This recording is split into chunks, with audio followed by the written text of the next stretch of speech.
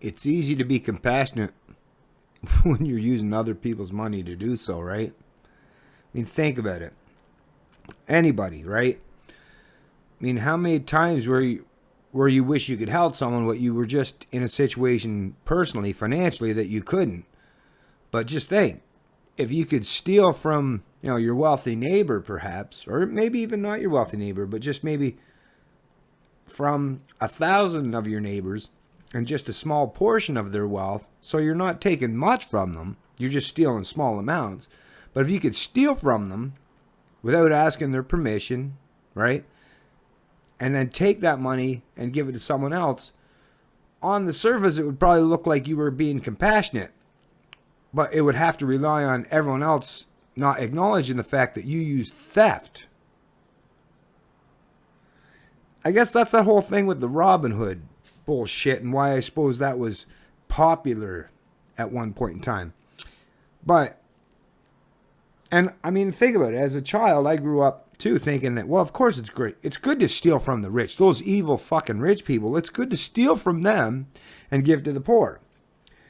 And you know what? Even as an adult, I will agree with that only up and until the point where if the rich use governments or their own form of theft to steal from you, then yes, I mean, two wrongs don't make a right. But if someone does you wrong, you doing them wrong back, I mean, tit for tat, right? I can't say one is better than the other. I mean, what the fuck? I mean, come on. Of course, that's the moral dilemma we all have to deal with. But in reality, the proper thing would be just to everyone stop fucking stealing from each other. But governments, the premise of governments, the concept of governments is based wholly on that very concept of being able to steal from others under the guise of being compassionate, right? Which is complete bullshit, because if you're stealing from someone, I mean, even if you're compassionate to a certain person, if you're immoral for stealing, so it doesn't, after that point, your compassion is out the window. You stole. So, whatever. Anyways, here we are. And I've wrote down a few key points that I wanted to point out. And that was one of them. It's easy to be compassionate with other people's money. For those of you who want to help others, take it upon yourself to do it. Don't fucking steal from your neighbors, your offspring, future generations, or others to come off as a morally superior human being, because in reality, one has negated the other. All your supposed moral supremacy that is based on the fact you want to give to others, well, that's completely destroyed once people realize that we'll use theft to do that. An immoral act on the other end does not make it moral just because you use that. But that's the thing too. It's like you're not even. I mean, governments don't. Holy shit! People that go into governments. I mean, like I said before, and I'll say again. They represent the largest percentage of sociopaths in society. Because, I mean, think of it. To go into government, you want to centrally plan and control people's lives. That is the very premise of being a government, is to rule over others. So, yeah, I mean, compassion really should be thrown the fuck out the window. Once you decide you want to control and manipulate and steal from and oppress people, well, yeah, even if you're moral subsequent to that, even if you come up with some moral thing that you do after that, it should be completely negated because of the fact that you used theft or oppression as the means to an end, right? Anyways.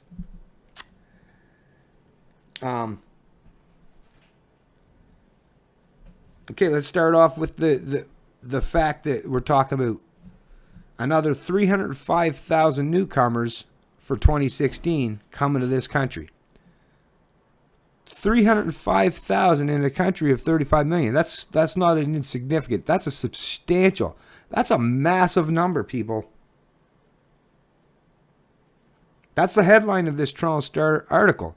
Canada will welcome up to 305,000 newcomers this year, McCollum says. Family reunification presents economic benefits that help our society as a whole, immigration minister says. They always say that, see, as a whole. What the fuck could that ever mean? It's baseless, has no substantive value. It's just rhetoric. It's just propaganda from these fucks to appeal to your morally compassionate side. Meanwhile, they're reaching in the back pocket while they're stroking your ego. They're reaching in your back pocket and stealing. Right? Anyways, first thing I wanted to cover, though, let me read some of this article. Canada is opening its doors even wider to immigrants with plans for more refugees and improved family reunification times, Immigration Minister John McCallum said Tuesday. We will be able to welcome more people to Canada, McCallum said at the Brampton Multicultural Community Centre. McCallum said a bill tabled in Parliament this morning calls for between 280,000 and 305,000 permanent residents to be allowed into Canada in 2016, including more refugees from war-torn Syria. Calling it the country's highest projected number of immigrants in modern times, he said the government's goal is to bring in immigrants who wish to build a better Canada. There are strong economic and humanitarian reasons for the open door policy with speedier admissions for spouses, children, and grandparents or immigrants, he said. We are working to expand the middle class, he said. Family reunification presents economic benefits that help our society as a whole, he said. The processing times are much too high, he said. He said the government's plans also include allowing in 18,000 privately sponsored refugees through 2016 as well. That's 3 times more than in previous years, and it includes more refugees from Syria, McCallum said. Late last month, the government announced that more than 25,000 Syrian refugees have arrived in Canada. That fulfilled a Liberal promise to reach the total by the end of February. So, I'm going to start covering point by point. So, first thing. We all know that here in Canada, no matter what demographic, no matter what sex, age, gender you come from, having a decent paying job is becoming more and more difficult. More and more difficult. So think about that. And the only way you get to increase prosperity in any country, in any situation, is by everyone competing on a same level. Think about it. So Canadians that are competing for that job, if you're, born and raised in this country, you already acknowledge that you need a certain amount of income to survive, and you're accustomed to a certain amount of income as the basis for even existing in these countries. But when you have people that are coming from countries that have more abstract poverty, as far as, income per capita type of measurements, you must recognize that, of course, and think about what these people are coming from. They're not only going to be willing to work for less money, which means all Canadians that are here now, you're going to be forced to compete with these people that are willing to work for a whole lot less than you are. So what does that mean for you, Canadians that are already here in this country, that have already spent a lot of money maybe on your education, or think of all that comes with being born and raised in this country. Now you're going to be forced to compete with someone that's saying, I'm way down here as far as my expectations and requirements from my employer. So if you want to get that job as a Canadian, you better race down to that level. Meet me there. And actually, to get that job, you're not only going to have to meet me down there, you're going to have to beat me. So, of course, most Canadians are not going to get the jobs that these people will get when they come to this country, because they've already got the advantage of coming from a different concept, a different mindset, where they're willing to accept a lot more oppression, a lot more theft, a lot more substance abuse from their overlords, because their contrast is from a war-torn country. That's the fucking thing, Canada. You're not going to be able to compete with them no matter how hard you try. You cannot compete with people that are coming from a war-torn country or that have lived off a lot less wages, incomes, or benefits than you're accustomed to. Even though in the tax farm of Canada, you're a little bit higher than the tax farms of Syria as far as income and disposable income and the benefits that arise from being more prosperous. That's number one. So jobs, right there. And yet, think about people from the government, from both sides of the political spectrum and everywhere in between. They always talk about jobs, jobs, jobs, jobs. We're trying to create jobs. In reality, they're only creating jobs for the people. I mean, these people are going to take most of those jobs if they have any credentials whatsoever. And that's the thing. The Syrian people, it's not like they don't know how to assume tasks, roles of responsibility. Everyone around the world knows how to do that. You can teach animals to produce, to regurgitate and repeat, whether it's in manufacture. So their ability to accomplish the task is not that difficult. The fact that they're willing to do it at a much lower and reduced rate of compensation, that is foundationally important as far as I'm concerned.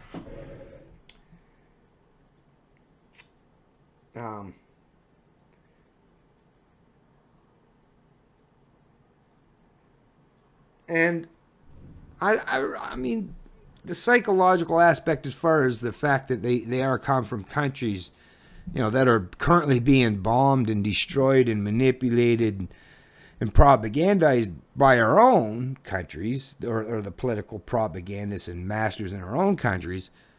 I mean, of course, that's going to play a role to a certain degree in certain people's minds where, yeah, they're going to want to retaliate. And that's where the whole premise, the whole concept of terrorism arises, right? And yeah, there's going to be a small percentage of them that may think along that line. So once they become more comfortable and accustomed to living in this country and they were looking around and realize that they're fucking... Actually, they're just all a bunch of mindless sheep following their masters too. So, that will happen. To what degree? Nobody knows. That's up in the air, right? It's all completely subjective, depending on every individual's personal circumstances. Once again, whether they come here to take jobs or go on social assistance or benefits, because, I mean, if you arrive in this country and you have no wealth at your disposal, somebody's got to take care of you. And because welfare is predominantly paid for because the people at the higher end of the spectrum, mega corporations, those in government especially, and whatever, or those that get to stash their wealth in offshore tax havens, they're not going to pay for this stuff. It's always going to be the lowly masses that end up paying for this stuff. It's always been that way. It'll always be that way. Whenever there's a subsistence program implemented by a government, the people who end up paying for that shit is always the people at the bottom of the hill, right? Shit slides downhill and it's the people at the bottom. They have no choice. You're the fucks that's always going to have to pay for all these things for all of eternity. That's the way it'll always be. That's the way it always has been. Which is why we go through these fucking bullshit things of revolution and reinventing, and democracies, and why it's like a vicious cycle. That's why I'm all about evolution, not revolution. Revolution means we keep coming back around to the same fucking point time and time again, time and time again. Evolving means we leave that point behind in the dust and we travel somewhere else. That's evolving. That's where we should be. I mean, think about it. Whether we're talking about personal, and I mean, all the media lets you, if you pay attention, you listen to them, right? That's why I don't understand how because they want you to forget, or they want you to do what you always do, have a short attention span and forget about the fact that all the stuff they told you prior. I don't forget. I have a memory like an elephant when it comes to this stuff. And I remember because I pay attention all the time too. So I keep that front center. But provincial, federal, and personal debts, all debts were all at record levels, not just in Canada, but the U.S. Think about it. I mean, you look at debt levels. Just go take it upon yourself to start learning some of these things. But we're all massively in debt. I'm not. But when you're talking about that's from statistical points of view, you're talking about overall, the general means, right? Averages. So people like myself, there's a few of us, there's a certain percentage of us that aren't. But overall, Canadians are massively in debt. not just personally, but they're being plundered by provinces that are plundering their wealth, and they're massively in debt. Because, I mean, if they're in debt, it's because they're not getting enough revenue. So spending more than they take in. So Canadians as a whole, Canadian personal incomes, they're spending more than they take in. Provincial governments are spending more than they take in. Federal government spending more than they take in. Well, where's all this productive wealth? Where's all this excess wealth that we're supposed to have to give to these, even these just for 1 year, 305,000 newcomers plus the 16,000 plus the 25. But where's all that wealth going to come from? I mean, if it's not in the here and now, which obviously it isn't, if everybody's in debt, I mean, nobody has any wealth if you're in debt. You can pretend that you're rich, but if you're in debt, if your income is less than what your expenditures are, you can pretend you're wealthy, but in reality, you're poor as fuck. Just because they're big numbers, say you make $1 million, woo, looks like you're rich, right? But if you owe fucking 10 million, you're not rich at all. Anyways. So where's all this? Well, they know that, I mean, they're not going to be able to raise Canadians' taxes enough, although guaranteed, especially the Ontario and the federal government now, all the left governments that are run things, yeah, they're going to come after you for more, Canada, but even they realize they can't come after you to pay for the full bill because nobody can afford it at this stage of the game. So what they're going to do? The trickery, the beauty of central planning, right? We'll force successive generations with fiat currencies and all this stuff. We'll just force other people to pay the debt. Hey, as long as people go along, as long as people are willing to put this big basket of goodies, as long as you're willing to fill this big basket of goodies up and then give it to the people and force successive generations to pay the cost of that basket of goodies, well, look at how compassionate I am. I'm giving you all these goodies, but you know what? You're not compassionate. You're forcing people that haven't even been born yet. People that, I mean, the fucking immorality, like, holy shit. I mean, most of you people must know this by now. It's completely immoral to try to fucking offload these costs. I mean, think about it. You don't even know. Do you know, say, okay, 2016, a kid that hasn't been born yet. Let's say someone's going to be born in 2020. Do you have any idea? You have no grasp of what their future entails. You have no idea the hardships and troubles they're already going to have to suffer, even with all the debt, even without all the debts that you're trying to force on them. What the fuck, man? Phew. Anyways, let's go on to another aspect. Oh yeah, I always like to correlate governments and society, right? Because government's supposed to be the central planners, the entity, right? Or those that represent the central planning entity called government. Could you imagine that in a household where a parent can't even afford to raise? So let's say parents have 2 kids that they can't even barely afford to keep the roof over their head. Heat, like in the winter, they're freezing half of the time, right? Or a quarter of the time, whatever. Not even getting 3 square meals a day, maybe once a day. They're fed decently. The rest of the time they have to beg, plead, or borrow from their neighbors or other family members to give themselves enough sustenance to make it through the next day. But could you imagine being under that kind of circumstance, that scenario? And in spite of that, and instead of maybe taking upon yourself as a responsible parent to cut back on whatever expenditures are causing that kind of harm on your children, if that's the case, but instead, could you imagine going out and saying, well, you know what, I want to adopt 3 more kids. I mean, the kids you already have, they'd be like, oh, but I could barely eat now. If you take on 3 more kids, how are you going to, if you take that little bit of food that we have now, instead of spreading it over 2 mouths to feed, if you try to spread it over 5, well, that means even less for the initial 2. That means you're making us suffer.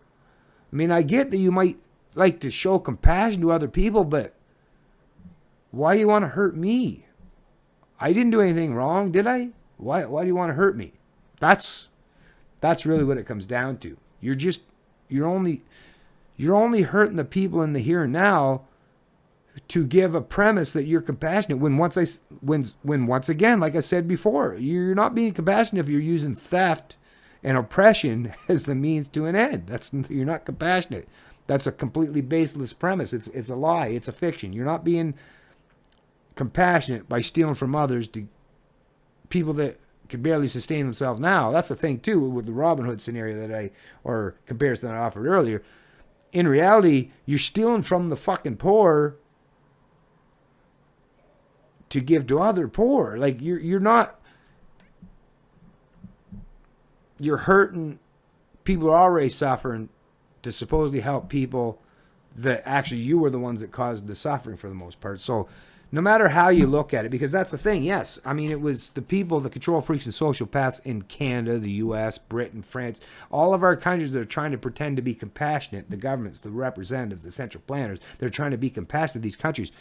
The reason why these people in these countries are suffering so tremendously is a direct result and consequences of the actions of the bombing, the invasive tactics, the coups, the overthrow of certain regimes. I mean, and we all know this, whether it was Iraq, Afghanistan, Libya, Syria. I mean, you know how many times our Western fucking political leaders have intervened and interfered in the affairs of these other countries.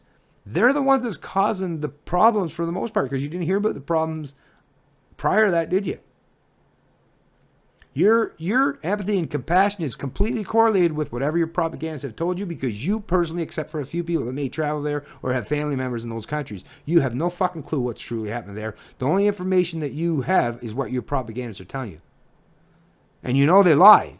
So why do you want to believe, well, I'll pick out this part of they're going to give me a narrative even though I know they're a complete fucking bunch of liars, but I'll believe this part even though I know they're lies. Why do you want to pick and choose what lies they're telling you when I'm telling you that everything that they do is inherently immoral because it's all based on theft, oppression, lies, and propaganda? No, of course a parent, any decent, moral, compassionate parent, would never choose to impose more hardships on their own family under the guise of helping others, when in reality, if they recognize that they weren't helping others, they were hurting and hindering those others, you wouldn't cause hardship on your own family under the guise of such bullshit. Who would take the chance? I know I wouldn't. Real compassion recognizes reality. I'm a compassionate human being if there's people I can help. And there are people that I can help, and there are people that I do help. And I do it voluntarily, because I am a compassionate human being. But you can't force me to help people outside of what I can afford.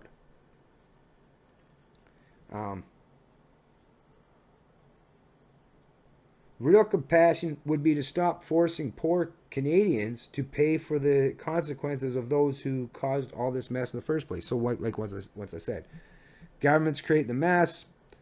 The lowly Canadians are forced to come in and try to clean that stuff up afterwards, even though they're already suffering their own indignities and indentured servitude and the consequences of all that bullshit central planning. Last but not least, think about it.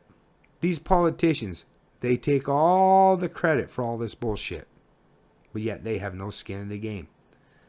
They're actually the parasites, the primary parasites, the ones that steal the most from all of us, because you know how they live. Look, go to any neighborhoods where these people live, and you will see they're not compassionate, empathetic, humble human beings that live so meager that, oh, well, look at them. Yeah, they're willing to sacrifice not one of them are willing to sacrifice their own personal lifestyles to help these people. Look at them.